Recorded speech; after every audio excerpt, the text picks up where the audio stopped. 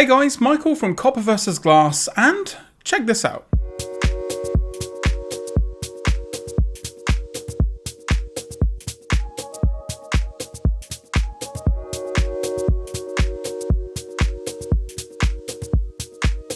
That's right, that is a blood pressure monitor on my watch that actually inflates. So, let's take a look. So what we have here is the BP Doctor Pro from YHE. However, for the rest of the video, just to make it simple, I'm just going to call it the BP. And as always, a bit of housekeeping before getting into the video. The BP comes in just one black and silver colorway. It's currently available for around $299, but will normally set you back $449. And of course, it will be linked in the description down below. So as always, starting off with the unboxing. And like the pricing would suggest, the unboxing experience is actually pretty nice. It feels much like it would do with a traditional watch unboxing, unlike those really slim long packages that you get with modern smartwatches these days. First up, we have some paperwork for quick start and the instruction manual, and I also get a cool thanks from YHE for doing the review, along with a section from the watch itself, which is super nice. You get a watch strap size guide, and this is to make sure that you have the right fitness for the blood pressure monitor. A charging cradle with micro USB.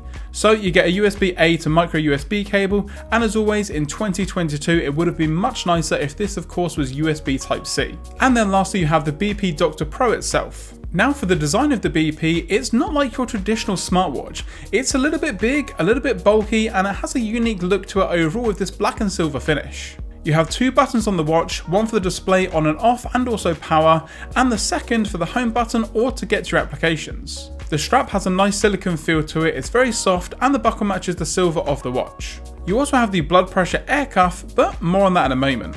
Then of course on the bottom you have the heart rate sensors and the charging pins. Now while the overall build itself feels very sturdy, the actual straps themselves, again because of the Aircuff, aren't necessarily the most easily interchangeable. However, if you do need to replace them, or if you do need to get a brand new Aircuff, then again you can do it over on the website for around $20 or $30, so again not really too bad. Now unfortunately I am going to keep you waiting for the Aircuff itself while we talk about the OS of this watch. Now of course it's not going to be running any sort of mainstream OS like Wear OS from Google or anything like that. It is going to be its own proprietary YHE OS. And in all honesty, if you've ever used a budget-friendly smartwatch, you kind of know what you're getting yourself into with regards to this particular OS. However, due to the processor and the screen, it feels much faster and also looks pretty good. You have all your standard apps like weather, sleep tracking, and obviously some workout options. However, the workout options are very limited. You've got walking and indoors and outdoors running, and that's kind of it. You don't really have any options for things like badminton, tennis, football, or any sort of, high intensity sports.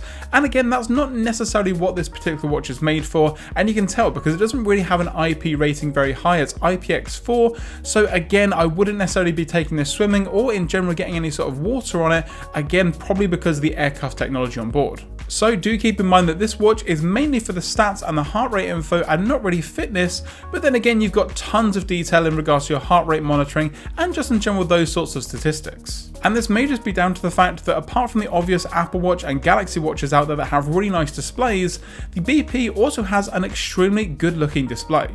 It looks to be 60Hz, comes in at 1.4 inches with a resolution of 320 by 360, and of course has really great colours. And honestly, for a non-mainstream brand, this is probably one of the best smartwatch screens that I've ever seen. It's responsive, the colours are vibrant, the blacks are deep, and outdoor viewing and viewing angles in general are great. So it looks good, performs well, and has some nice features. And I've kept you waiting for long enough, so let's take a look at the Aircuff. And the main reason for me actually taking this review is because it had this technology on board that I've never really seen before in a smartwatch. Using the blood pressure monitor is super easy. You head over to that section of the watch, press start, and you're good to go. You then feel the same pressure that you get on your arm when you go to the doctors.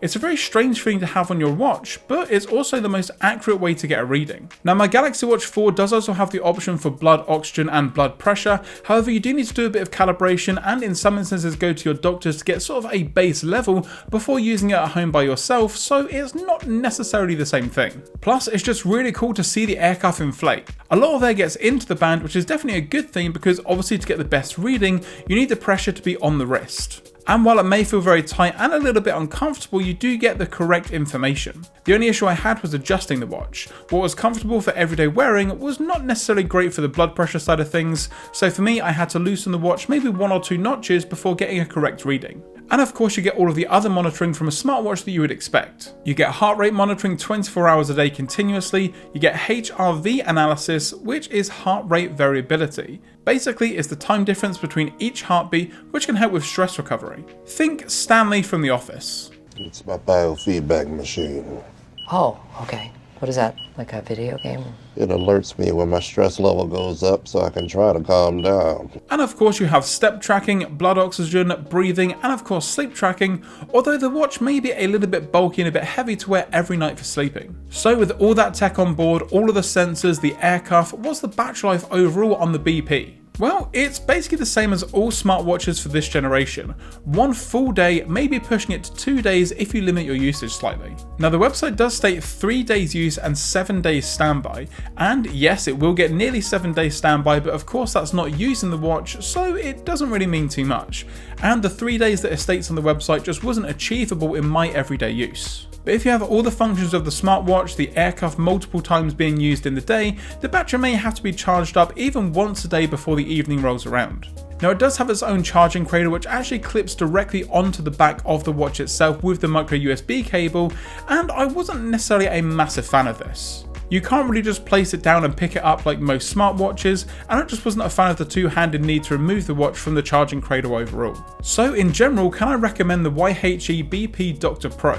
Well, if you're worried about your blood pressure or the doctor has mentioned it to you, or you just want a bit more detail with regards to your heart and those sorts of things, then I would definitely say yes. It's probably the most feature-packed smartwatch that I've tried in regards to getting all of those details, and of course the Aircuff definitely adds a ton of value to the blood pressure side of things. However, if you're looking for something that has maybe a slightly more modern design to it, you just want to get some notifications, maybe use a couple of apps here and there, then I would maybe say no for this one, just because for the overall bulky design and the added weight, the features, you may not use that often, so for me I would definitely go with something more like the Apple Watch or the newly released Galaxy Watch 5 from Samsung. However, as a smartwatch it has some really nice, great features, a super viewable screen, pretty standard battery life, but some game-changing blood pressure monitoring on board.